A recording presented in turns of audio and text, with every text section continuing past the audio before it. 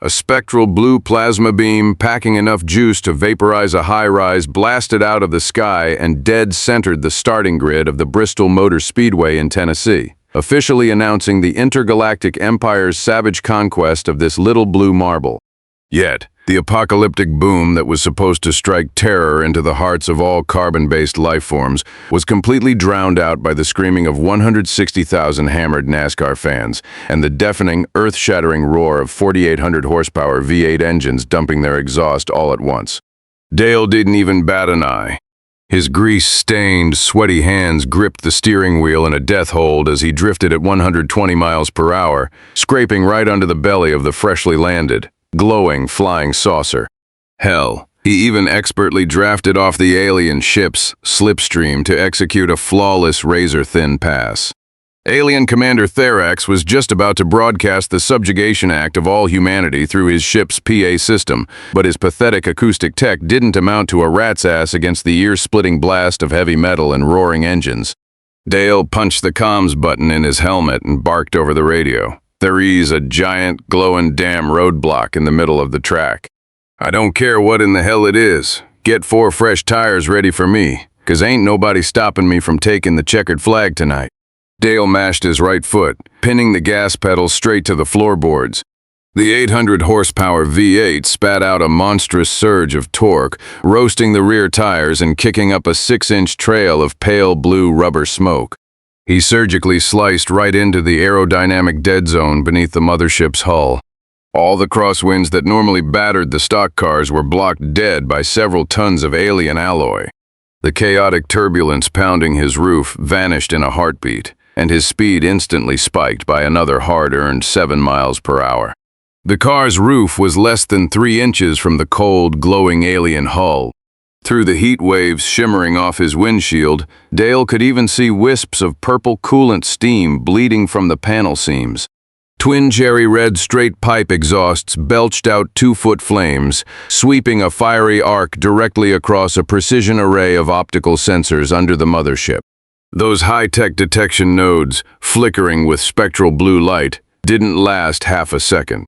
Searing heat north of 1,000 degrees scorched them pitch black on the spot, leaving behind nothing but sizzling, fried circuitry. Stray pebbles kicked up by the slicks hammered against the alloy hull like buckshot. Dale didn't even look up as he flipped a greasy middle finger right at the ship's transparent bridge viewport. The move was smooth as butter, just another standard issue taunt he used when blowing past a rival. The grandstands, packed with 100 grand of shit-faced fans, absolutely lost their minds. The tidal wave of cheers was so loud it literally rattled the floodlights lining the track. Inside the mothership's bridge, red klaxons immediately went ballistic.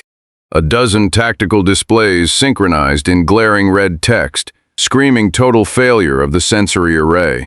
Therax's heavy boot ruthlessly crushed a pop-up error console, scattering shards of luminescent plastic across the deck. With one swipe of his claws, he swatted the holographic projection of the Humanity Subjugation Act right out of midair, scattering the pale blue data stream like a dead fly. His eyes were deadlocked on the main surveillance monitor. That primitive earthbound iron box, spitting sparks from its exhaust, hadn't decelerated a fraction of a unit. It was banking hard into the curve, followed by a massive convoy of identical, roaring iron beasts. The sheer decibel level of 160,000 carbon-based lifeforms cheering vibrated the alloy deck plates right through the soles of his boots. He ripped the ceremonial sash of conquest off his pauldron and violently slammed it onto the command console, his armored knuckles cracking under the pressure. Initialize the neural infrasound emitter, maximum output, sweeping the entire open-air gathering sector. His voice cracked with piercing, militaristic rage. I want every single one of these cacophonous natives paralyzed on the dirt before my boarding ramps even deploy. The adjacent technician didn't dare utter a syllable. Wearing sensor-laced gloves, he shoved the power throttle all the way to the maximum threshold. The hum of the resonance chamber instantly shifted from a subtle vibration to a bone-rattling, low-frequency rumble. Pale blue condensation began pouring out of the emitter's thermal vents, and the load gauge spiked to 99%. Therax slammed his fist onto the emitter's final execution terminal.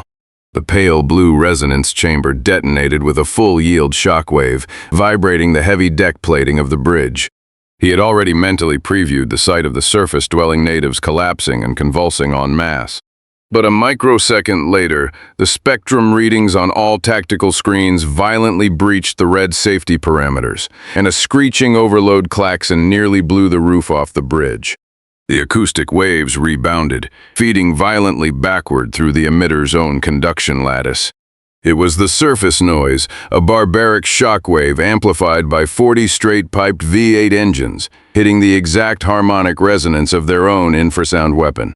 The reinforced glass of the bridge was instantly webbed with blinding white stress fractures before it shattered outward with a deafening crash. The 3 alien technicians stationed at the console didn't even have time to scream.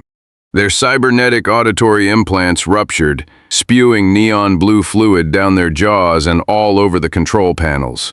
Therax was thrown back half a step, a piercing agony drilling into his auditory canals. He clamped his hands over his ears, his head jerking to the side as beads of pale blue blood seeped through his fingers. There wasn't a single human collapsing on the monitors. Instead, 40 stock cars were drafting in a bumper-to-bumper line straight through Turn 4, their exhaust flames bleeding together into a blinding red streak. Up in the stands, 160,000 fans were hoisting beer cups and screaming their lungs out, pushing the noise even higher. Not a single soul so much as stumbled. The scattered fragments of his conquest sash jittered across the vibrating deck. Every instrument wired to the infrasound system was spitting electrical fire, and the resonance chamber's casing glowed a furious cherry red, belching thick, charred smoke. The blue-purple blood leaking from Therax's fingers dripped from his jawline onto the jittering shreds of his ceremonial sash. The overheating infrasound chamber blew out one final shower of blackened sparks, burning a smoking hole right through the Imperial regalia still clinging to his shoulder. He shook his head, trying to clear the concussive sludge from his brain, and swept his gaze across the bridge. Surviving technicians were writhing on the floor, clutching their ruptured eyes and ears. The tactical screens were a storm of static, but the few functioning pixels clearly displayed the 40 gas-guzzling steel boxes below, still hauling ass around the concrete bowl at a relentless velocity.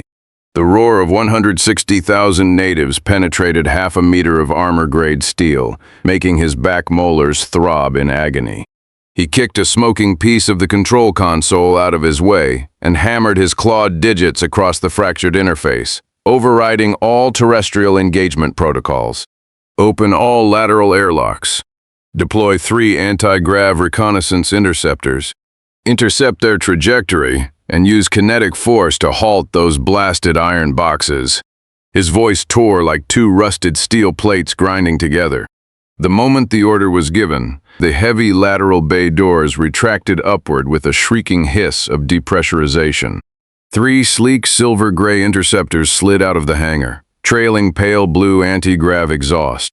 They hovered with clinical stability for a half-second above the infield grass, then maxed out their thrusters, nose-diving straight toward the brightly lit, highly banked concrete speedway. Dale pushed the gas pedal straight through the firewall, the V8's roar buzzing the lining of his crash helmet. His spotter's radio chatter, mixed with the screaming of 160,000 fans, hammered against his eardrums. He had just clipped the apex of Turn 4 when out of the corner of his eye, he caught 3 streaks of silver trailing blue flames, diving diagonally onto the track surface. Interceptor 1 crossed the painted apron and immediately slammed face-first into the aerodynamic wake generated by 40 stock cars moving at 120 miles per hour. The alien craft didn't even get half a second to recalibrate. The hum of its anti-grav engine pitched up wildly, and its blue exhaust sputtered and choked like a dying lighter. The chassis, designed to hover with absolute precision, violently pitched at a 45-degree angle. The turbulence likely blew out its gyroscopic stabilization sensors on the spot. Trapped in the churning vortex of dirty air, the Interceptor tumbled like a wet leaf caught in a hurricane, completely losing directional thruster control and spinning out without making an inch of forward progress. Veteran driver Bobby, riding the high line, intentionally goosed the throttle. The backfire from his V8 straight pipes blasted against the Interceptor's hull, throwing the already out-of-control spacecraft into a violent wobble. The crowd in the bleachers went absolutely batshit, their roars threatening to blow the roof off the grandstands. Dale swallowed hard, nudged his racing line just a hair toward the Interceptor's rear vector, and let his slicks bite into the rubber-coated track with a sharp sizzle. The 800 horsepower thrust traveled right down the drive shaft to his reinforced front bumper. He white-knuckled the steering wheel, lining his chassis up perfectly with the exposed rear quadrant of the alien craft. Dale dumped the clutch and stomped the gas, the V8 roaring so hard it shook the roll cage. His reinforced steel push bar bit flawlessly into the seams of the Interceptor's unguarded rear plating. The 2-ton steel beast lunged forward. It was a textbook pit maneuver, delivered with absolute surgical violence. He punted the hovering Interceptor, which was already shimmying like a wet leaf in the draft, sending its stabilization computers into total systemic failure. The anti-grav nozzles blew out blinding jets of blue flame as the craft was sent careening sideways. It skipped across the asphalt and slammed violently into the sloped concrete retaining wall on the outside of the track. A muffled explosion followed. Neon green coolant and alien alloy shrapnel erupted into a massive orange fireball. The mangled Interceptor hatch was blown 20 yards into the air, skipping right over Dale's roof and leaving behind a foul stench of burnt rubber and ionized ozone. He casually flicked on his windshield wipers, smearing a glob of translucent alien fluid into a messy streak across the glass. Keeping his foot buried, he rode the bottom line perfectly, his tachometer needle permanently glued to the red line. The radios of all 39 trailing drivers erupted into a chorus of howling wolf calls, while 160,000 fans screamed so loud the stadium lights shook on their stanchions. Dale tucked his chin down into his helmet, his eyes sweeping past the mothership's open bay doors just in time to see the remaining 2 Interceptors drifting out. They were hanging in mid-air like 2 choked-out tin cans, their anti-grav thrusters already flickering and sputtering in the chaotic airspace. Therax's knuckles turned white. The blood from his fingers and the purple fluid from his ear canals dripped straight onto the tactical display. The red blip representing Interceptor 1 had just shattered into a dozen erratic fragments. Not a single telemetry module survived the impact.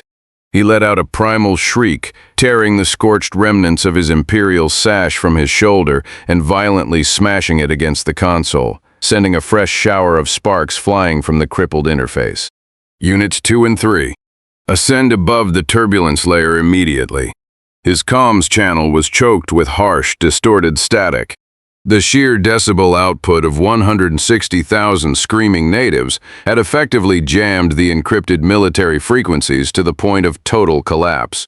Therax pressed his face against the fractured bridge glass, glaring down at the half-mile bowl.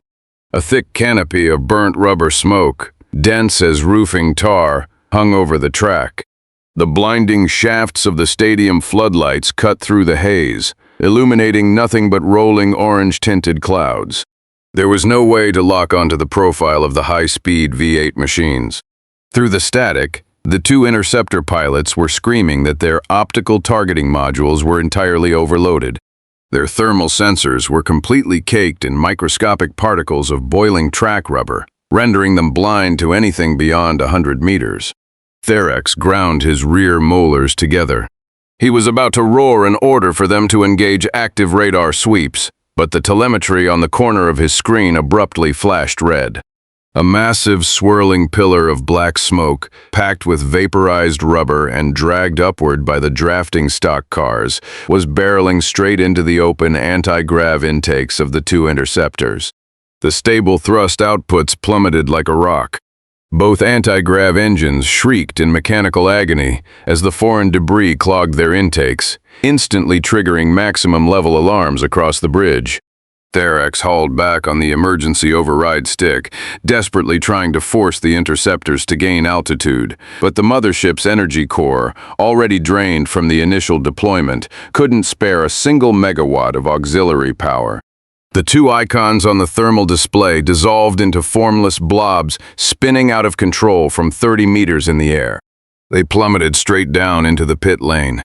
The concussive thuds of the dual impacts resonated through 1,000 feet of reinforced concrete and directly into the bridge, shaking the bulkhead so hard that the Imperial crest unmoored and crashed to the deck. Without a fraction of a second's hesitation, Therax slammed his bloodied knuckles onto the full-spectrum broadcast switch. The external acoustic arrays were already dead, spitting out nothing but violent electrostatic popping, and even the internal comms lagged for 3 agonizing seconds before restoring a baseline connection. Therax wiped a drop of blue blood from his jawline. The searing pain from his scorched shoulder shot straight up his spine to his cranium. His eyes scanned the blindingly critical 17% armor remaining warning on the console before locking onto 10 stable green biosignatures. This was his Vanguard Heavy Assault Squad, the absolute elite of the Empire. These troops could shrug off direct hits from Starship point defense cannons and tear through reinforced bulkhead doors with their bare, armored hands. He bellowed into the comms, vibrating his last functional cybernetic ear. All Vanguard units, abandon the wreckage and push into the native maintenance sector. Sever their propulsion supply lines. I want every drop of their chemical fuel secured. The green dots on the monitor sprang into motion.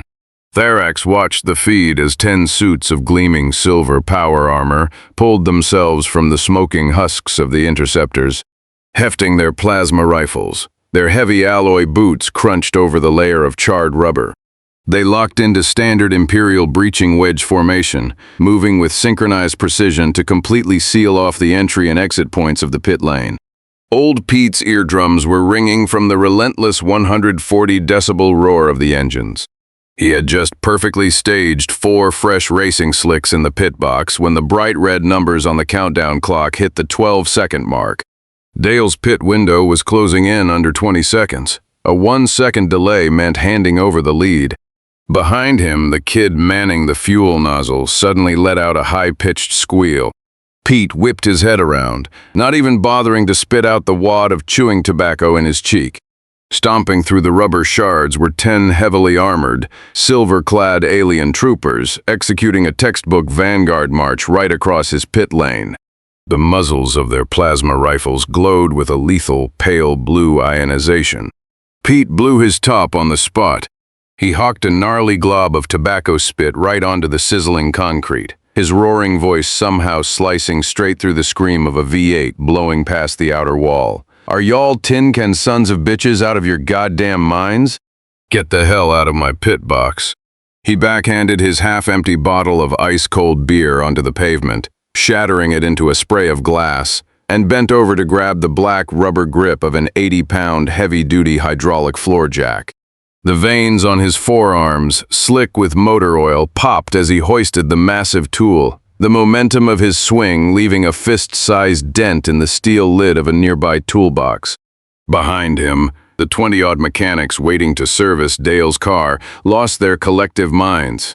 Guys grabbed pneumatic impact wrenches, hoisted 2-foot tire iron pry bars, and even the heavy-set lunch lady sweeping the trash raised a 10-pound thermos of scalding coffee. A greasy, furious mob of gearheads roared a collective battle cry and charged right at the alien wedge formation. Old Pete swung the 80-pound floor jack, slamming it into the concrete right at the boots of the point man. The impact shocked the alien trooper so bad he fumbled his plasma rifle, the weapon clattering uselessly against his own silver chest plate. The rest of the pit crew swarmed past Pete like feral dogs. Calloused hands, hardened by years of ripping off molten tires and gripping ratchets, moved faster than the eye could track. One guy jammed a pry bar straight into the neck joint of an alien's armor. Another smashed a steaming thermos squarely into an alien's visor. The lunch lady swung a metal dustpan down like an axe on the back of a straggler's neck. In all their intergalactic deployments, these heavy assault troops had never encountered an enemy that, instead of taking cover from weapons fire, charged headfirst into the muzzles. Their fingers slipped frantically over their triggers, failing to even disengage the safety mechanisms on their plasma rifles. Old Pete shoved past 2 overeager rookie mechanics and, alongside 3 grizzled veterans who'd been turning wrenches with him for 20 years, dogpiled the alien on the flank before it could stabilize its footing. Almost 800 pounds of pure American redneck beef tackled the tin can directly into the rubber-coated asphalt. Pete freed one hand, yanked the high-pressure air hose trailing behind him, and snatched up his ultra-heavy-duty pneumatic impact wrench, a beast capable of stripping lug nuts off an 18-wheeler. He jammed the socket dead onto the gleaming mechanical seam exposed at the trooper's knee joint. "Pin his ass down so he don't scratch my ratchet," Pete barked, squeezing the trigger. Bra AAP. The high-frequency, violent ratcheting shook the very air around them. This high-torque monster chewed into the silver armor joints for less than 3 seconds before stripping every precision retention bolt into twisted metal confetti. Pale blue mechanized coolant erupted from the gap, spraying all over Pete's forearm. The pinned alien shrieked, but the 4 mechanics just grabbed a filthy, gasoline-soaked shop rag and crammed it over his acoustic receiver, muffling the high-tech squeal into a pathetic hum. The rest of the crew went to work with lethal efficiency. 3 impact wrenches hit the knee joints of the second alien simultaneously, popping the locking bolts in under 2 seconds. A 40-pound piece of thigh armor crashed to the deck, dropping the alien flat onto the skid-marked concrete without a leg to stand on. Before the remaining troopers could process the ambush, 2 of Pete's apprentices dove in, laying down brutal pneumatic fire on the ankle-locking mechanisms of the 3rd and 4th soldiers. Metal shavings sprayed everywhere. 2 more dull thuds echoed as the armor plating sheared off. Those 2 bastards went down like drunks kicked off a bar stool, tumbling into the rubber debris and utterly failing to drag themselves back up. Pete hefted the smoking impact wrench onto his shoulder, the hot casing singing the denim of his overalls and sending up wisps of burnt cotton. He cast an eye over the remaining vanguard troopers still on their feet. Scattered around his work boots lay 4 crippled aliens, thrashing their severed lower actuators against the asphalt while leaking a massive puddle of pale blue coolant. The ocular sensors of the 6 standing troops constricted in panic. They backpedaled, slipping on the viscous coolant, the servos in their joints grinding like a jammed cassette tape. Trembling, they finally managed to thumb the safeties off their plasma rifles with oil-stained gauntlets. The gas man, standing half a step behind Pete, didn't wait for his crew chief's call. Having just dumped 8 gallons of high-octane racing fuel into a car, he still held a 20-pound high-pressure CO2 fire extinguisher. He pulled the pin with blinding speed and slammed down on the discharge valve, aiming dead center at the glowing blue phalanx. A bone-chilling blast of white, highly pressurized vapor erupted. It hit the 6 troopers in the faceplate like a solid wall of frost. The sweltering trackside air instantly filled with ice crystals, knocking down the heavy rubber smoke hovering above them. Pete wrinkled his nose against the biting cold, his boot leaving a shallow smear in the slick coolant. Catching sight of a shoulder-high stack of 50-gallon racing fuel drums in his periphery, his free hand was already reaching into the pocket of his cargo pants for his solid metal Zippo. Grinding his heel into a puddle of leaked alien coolant, Pete drove his knee viciously into the heavy 50-gallon steel fuel drum. It tipped over, hitting the concrete with a massive clang. The seal blew open, and a torrent of amber, high-octane racing fuel flooded the pit box. Mixing with the remaining CO2 ice crystals, the gas immediately washed over the frozen alloy boots of the 6 alien soldiers, the raw stench of gasoline instantly overpowering the smell of burnt rubber. His thumb flicked the brass lid of his windproof lighter open with a sharp clack. The blue-green flame flared up, reflecting off the oil and sweat on his eyelashes. The gas man behind him whistled, holding up the empty extinguisher. The lunch lady slammed her dustpan on the ground and yelled, "Don't you dare burn the pit box lines I just swept!" The 6 vanguard troops, engulfed in the freezing vapor, finally regained a sliver of feeling through the cryogenic paralysis. The thermal vents on their plasma rifles were caked in a half-inch of frost. The triggers were frozen absolutely solid. Peering through the dense white fog, they spotted the flickering lighter. A chaotic, disorganized screech of high-frequency terror blared from their suit speakers. Slipping and sliding in the gasoline, they scrambled to their knees and frantically raised their jammed plasma rifles above their heads in total surrender. Therak's blue-stained fingertips dug mercilessly into the cracked bezel of the bridge monitor. Beads of blood from his ear canals dripped down his jawline, pooling on the console. On the static-filled screen, surrounded by icy mist, the steady blue-green flame of that primitive lighter danced menacingly.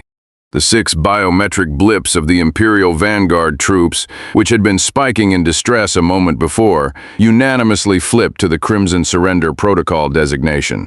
The remains of his Imperial sash slipped from his palm, slapping onto the deck directly over the shattered fragments of the Humanity Subjugation Act. He frantically hammered the comms activation switch, but the ship's external broadcast arrays were entirely dead. The only audio feeding through the encrypted channels was the high-pitched, panicked squealing of his troops. Their shrieks bled into the 140-decibel roar of the V8s and the deafening cheers of 160,000 natives that literally vibrated the paint off the hull. The acoustic assault hammered his half-destroyed ear receivers, sending a surge of pain so severe he stumbled backward.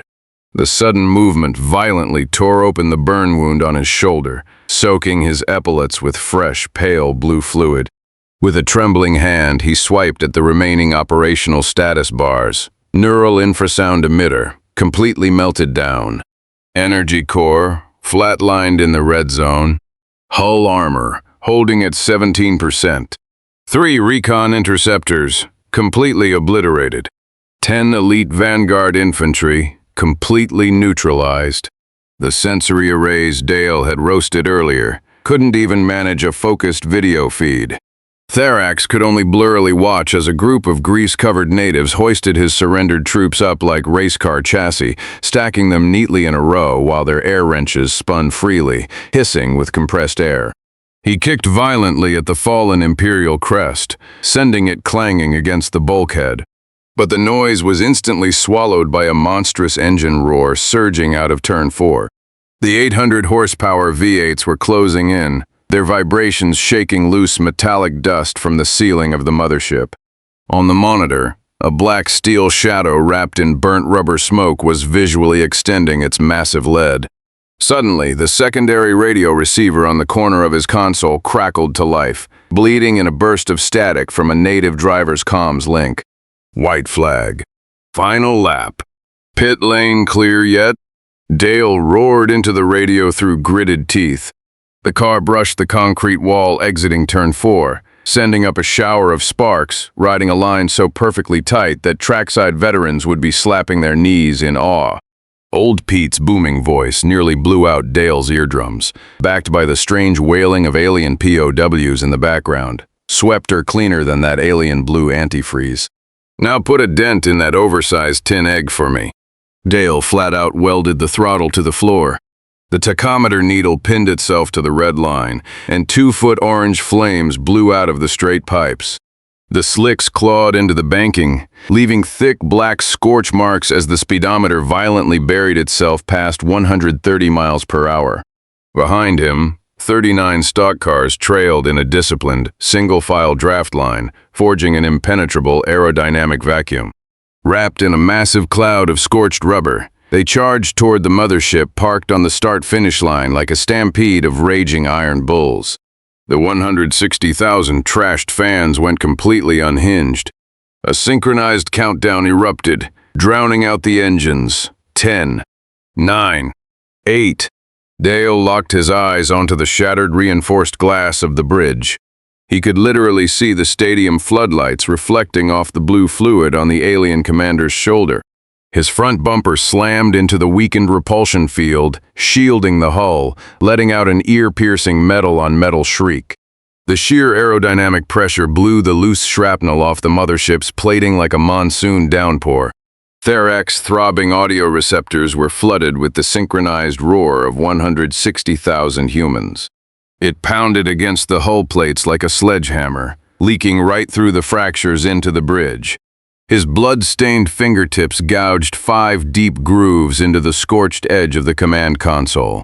He scanned the blaring gauges. Repulsion field reserves at 1.2%. Armor integrity degraded to 7%.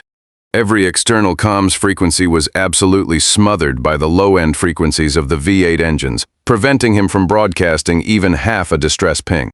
The violent vibrations finally tore his shoulder wound completely open, soaking his rigid combat padding in purple-blue plasma. On the main view screen, Dale's push bar had already ground through the very last layer of the repulsor field, gouging a white-hot 2-foot scar directly into the mothership's external armor. Trailing right behind him, the bright yellow exhaust flames from 39 stock cars lit up the smoke canopy like daylight.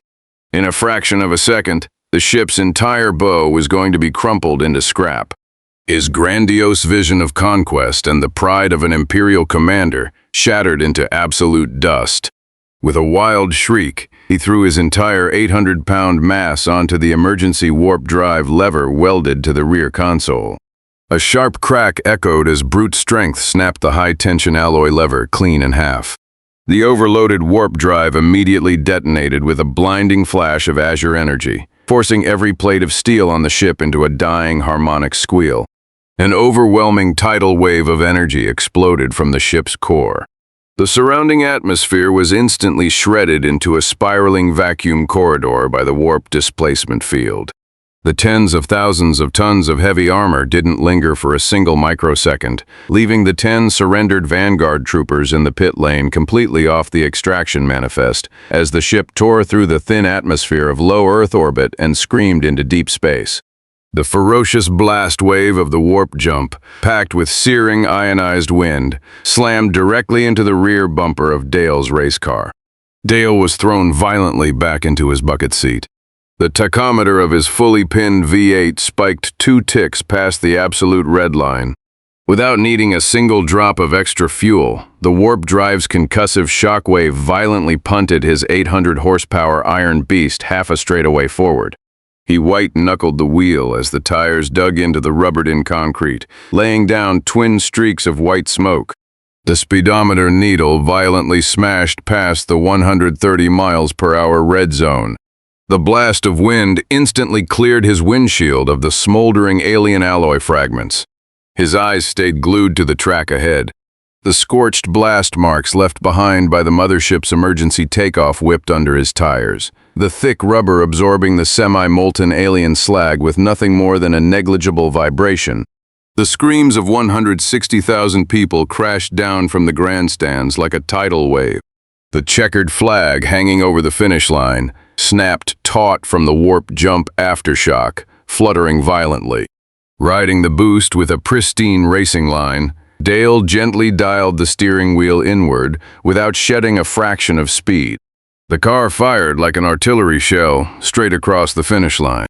His front and rear wheels rolled cleanly over the black and white projected stripe, securing the victory. With the engine still shaking his chest cavity, Dale flicked his wrist and ripped the handbrake upward. The rear wheels locked up instantly. A thick cloud of burning rubber poured through the driver's side window net as the 1-ton chassis laid down heavy black streaks, drifting diagonally straight toward the pit box. Dale's power slide kicked up 2 towering clouds of black rubber smoke. The tires shrieked over the baking asphalt before the car slammed to a dead stop squarely within the pit lines. The front bumper rested less than 3 inches from old Pete's steel-toed boots, splattering black ash all over Pete's faded jeans. He unclipped the scorching 5-point harness, shoved his shoulder against the warped door, and hopped out onto the pavement.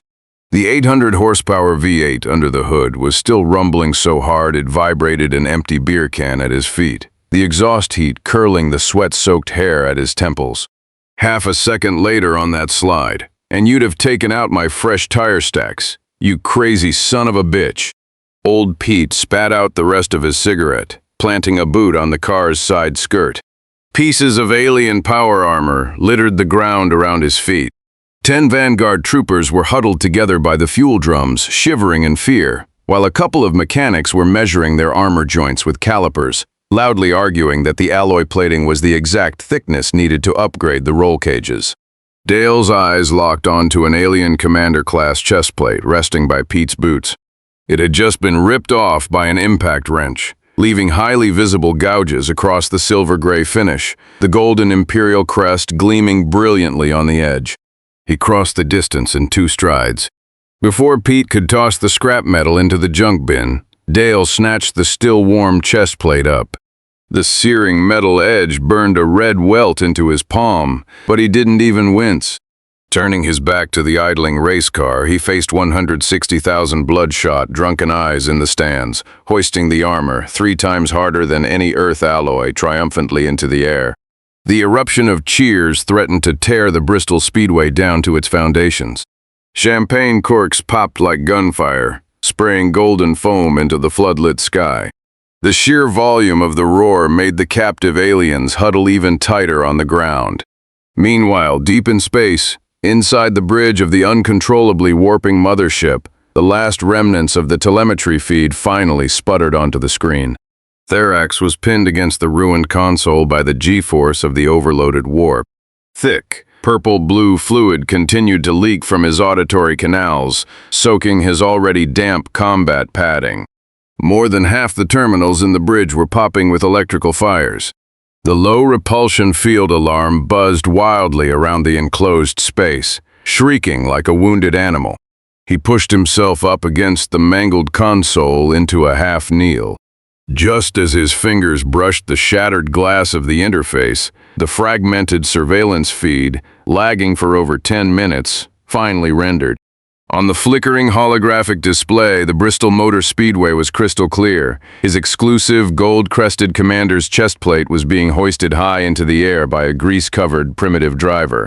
Golden alcohol sprayed everywhere. 160,000 drunk natives were jumping wildly with aluminum cans in hand. The sonic vibrations had reduced his 10 elite Vanguard troopers to trembling wrecks cowering beside chemical fuel drums. A few beefy, menacing mechanics were brandishing max-torque pneumatic ratchets, measuring the seams of their combat armor. Next to them sat the dismantled remnants of his recon interceptors, adorned with a piece of cardboard displaying crooked black marker text, NASCAR exclusive aftermarket aero kits. Therax's breath hitched in his throat. His knuckles dug violently into the edge of the console, ripping his wounds back open. Drops of blue-purple blood fell onto the tactile interface of the military log, smudging the screen. The sole surviving technician trembled in terror, reaching out to sever the feed. Therax viciously elbowed him directly into a pile of shattered glass, leaving the subordinate groaning in agony on the floor. His voice was as coarse as sandpaper, every syllable vibrating with uncontrollable tremors, directly engraving his final assessment into the highest-tier Imperial military database. The native vehicular racing sectors are absolute death zones. Their mechanics can dismantle a shielded Vanguard assault squad in under 12 seconds. The moment the log was submitted, the red overload alarm of the warp drive flared up once more. The uncontrolled mothership violently shuddered through an asteroid belt at the edge of the system. With only 1.2% repulsion field strength remaining, it couldn't even deflect fist-sized space rocks. Therax leaned against the viewport and looked back. The blue and white homeworld of the natives had shrunk to a microscopic dot against the endless void. Even separated by dozens of light-years of absolute vacuum, he could still hear that ear-shattering, weapon-breaking roar of the V8 engines echoing in his skull. Light-years away in the Imperial High Command, the spatial coordinates for Earth, previously tagged as an uncivilized colonization target, were instantly overwritten by an automated, blood-red, top-priority permanent quarantine marker. Restricted, Class X, hazardous civilization. All fleet vessels banned from approach. Violators subject to immediate execution for treason. Back at the Bristol NASCAR track, 160,000 fans partied into the night with their empty beer cans. Everyone just figured the wild pyrotechnics and crazy special effects were the greatest championship night stunt the organizers had ever pulled off. Nobody realized they had just casually given a galactic empire permanent PTSD. Dale snapped the alien chest plate right onto the base of his championship trophy, twisting it twice until it locked perfectly into place. Old Pete walked over, raising a cold beer to clink against it. Foam splashed everywhere across the grease-stained hood of the race car, while the 800-horsepower V8 let out a satisfied, idling rumble, shaking the pit lane floodlights one last time. Man, old Pete, stripping a high-tech alien's armor with an impact wrench in 3 seconds is the most badass thing I've read all week. Hell yeah. Those silver-plated bastards thought they were bringing the apocalypse, but they didn't even survive a standard 12-second pit stop. Getting frozen by a fire extinguisher and drenched in high-octane racing fuel? That's just a rough day at the track, baby. So, I gotta ask, if a glowing UFO crashed into your driveway tonight, what piece of rusty garage junk are you grabbing to welcome our new overlords? Let me know down in the comments. If you loved this crazy ride, smash that like button and subscribe for more. Catch you next time.